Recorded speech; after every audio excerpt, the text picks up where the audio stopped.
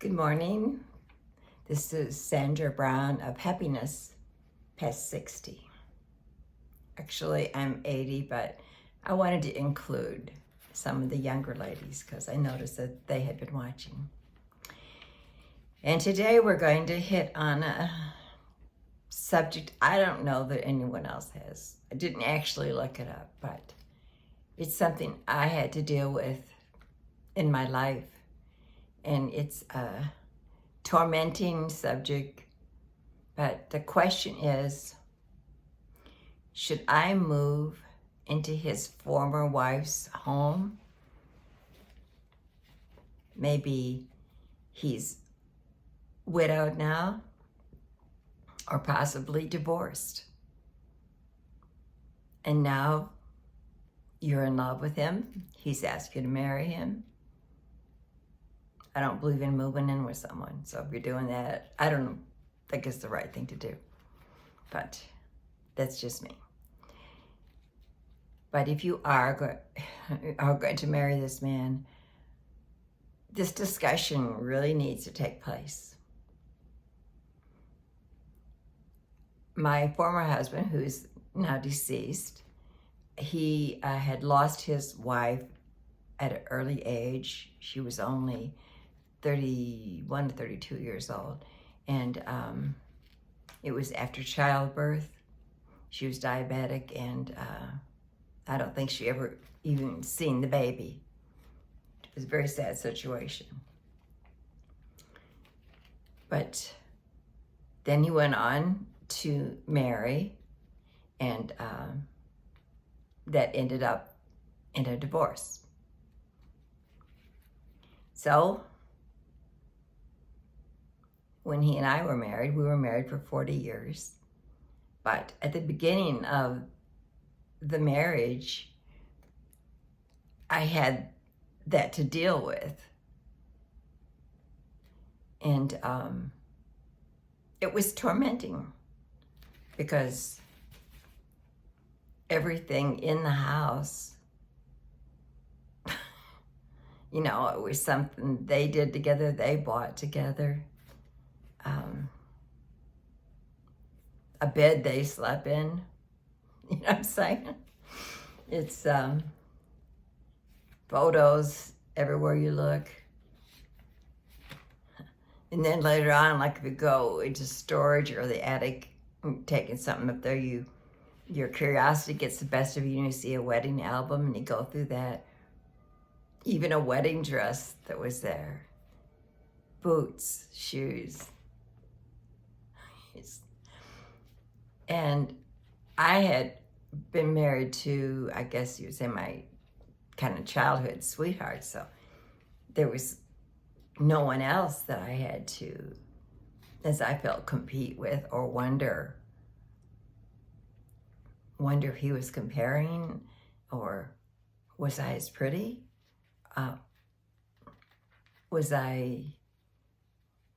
Do I measure up to this other woman? Just all these things. It's just natural. It just goes through your mind. I didn't have that with the first marriage. But it was tormenting. And then we were married 40 years, so all of that just passed away, and I had no problems with it at all. But now, my husband, I'm 79 years old and remarried again. And Bill has a past. A divorce in his life way back. And I'm sorry, got a hair. And his wife, he was married to her for 4 years, and she passed away. And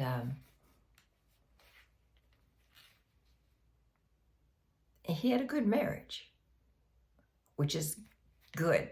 You want to marry someone who, if they are widowed, that they had a good marriage, because he knows how to be a good husband, which Bill is. But okay, should you move into their house? only way would be if you could just, he allowed you to totally redo everything. I mean, if he's okay with it, if he's resentful about it, I don't know, it's something you got to deal with. But I think you need a fresh start.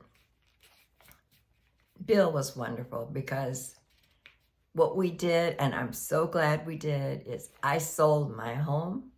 He sold. My home was in Indiana. His home was in Tennessee. He's originally from Illinois, but he retired and moved to Tennessee.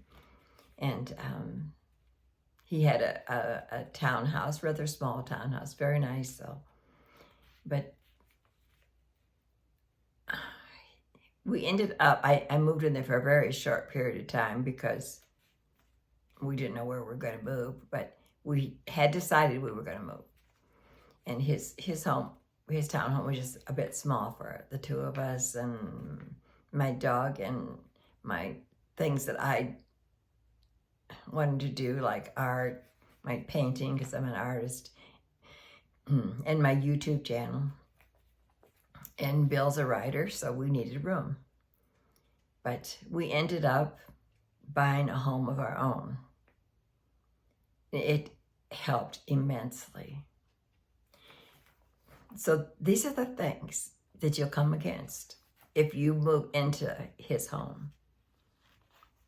First of all, the bedroom, that's where they slept together. And the shower, I remember going in the shower and I'm thinking, this is where she bathed. And I would see products, you know, bath products and things sitting around it. And in the kitchen, when I would start to cook, I was thinking, these are things that she cooked with. And in the dining room, I was thinking, how many meals do they eat here together? Even like the very cooking utensils that you need to bring your own. You really do. And if you feel okay with it, go ahead and use, I mean, I have a lot of, her name was Annie, and I have a lot of Annie's things that I use. And sometimes I'll say, thank you, Annie. I really enjoy using this. She was a Christian woman, you know, and she's in heaven. I know where she's at. And she really doesn't. She's not concerned about him remarrying. Not one bit. They don't care because there's no marriage or given in marriage in heaven. So it's just going to be a whole new way of living. Okay, and let's say the yard. This is the yard that she worked in where she put flowers. When you see the pots and the yard equipment and decorations, and if you're a man, it would be like with Bill, my husband now, that he was in Larry's garage. These are Larry's tools. Well, that's how a woman feels when you're in the kitchen. This is her kitchen where she worked. These are her tools. So maybe that'll help men understand a little bit. And also, it's her neighbors. Now they're all looking at the new wife that came in. You know, and friends. All his friends there was no problem with. But she had a very best friend that I could tell she struggled.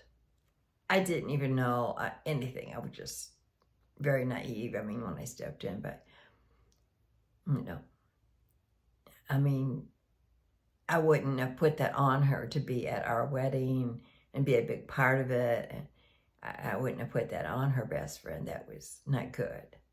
And, but, yeah, that was not good. Don't want to do that. So you need new neighbors. Keep friends. If there's friends of his that can handle the marriage, you might have to just cross that off for a while until they can come around. Then there's Christmas.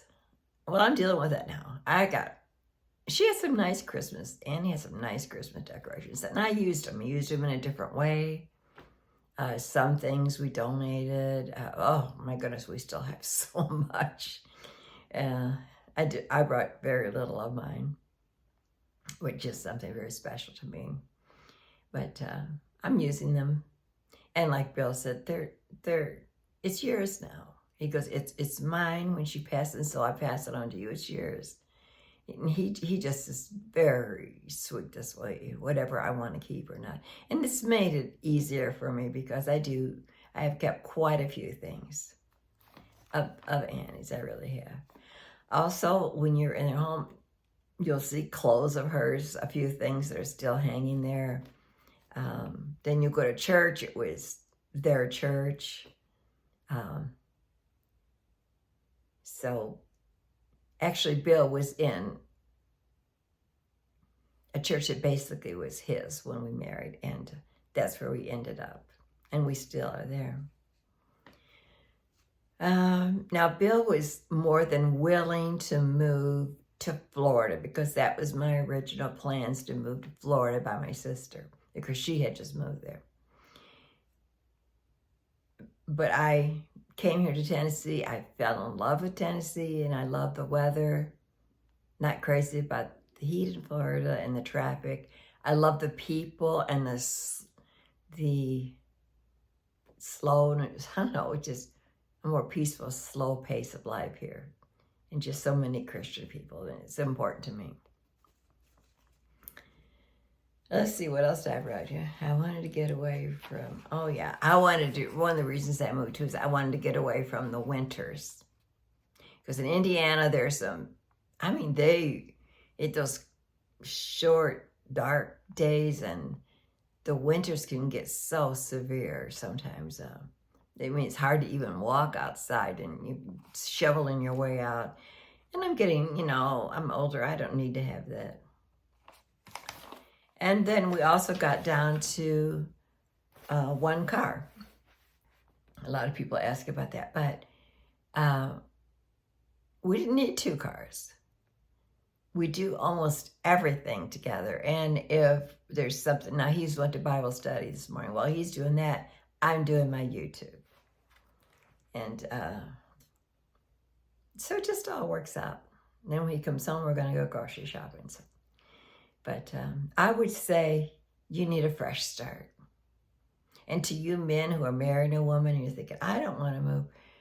If you love her, and if she's having a hard time with it, do that for her. Do it for her. And you won't be sorry because you see the peace and joy come back into her. And it's going to be a gift to yourself too. And you need the fresh start. You need that also. As I was saying, I know where my husband's at. Bill knows where his wife is at. And we'll all be friends one day.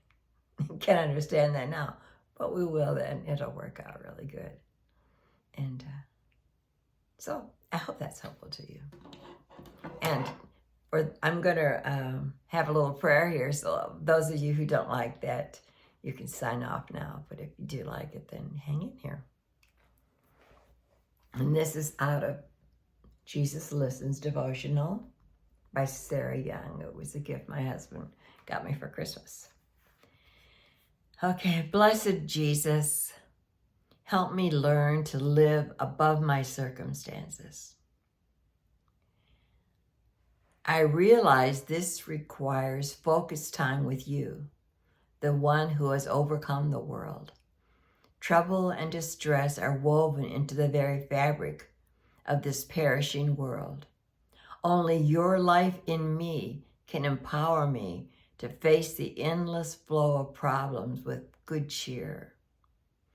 As I relax in your presence, sitting quietly with you, you shine peace into my troubled mind and heart.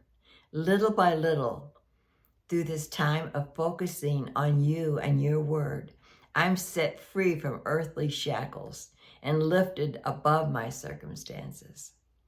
I gain your perspective on my life, enabling me to distinguish between things that are important and things that are not. Moreover, resting in your presence blesses me with joy that no one will take away from me. In your joyous name, amen. And these are the three scriptures that this prayer is founded on. The first one is John 16:33. The things that I have spoken to you, that in me you may have peace.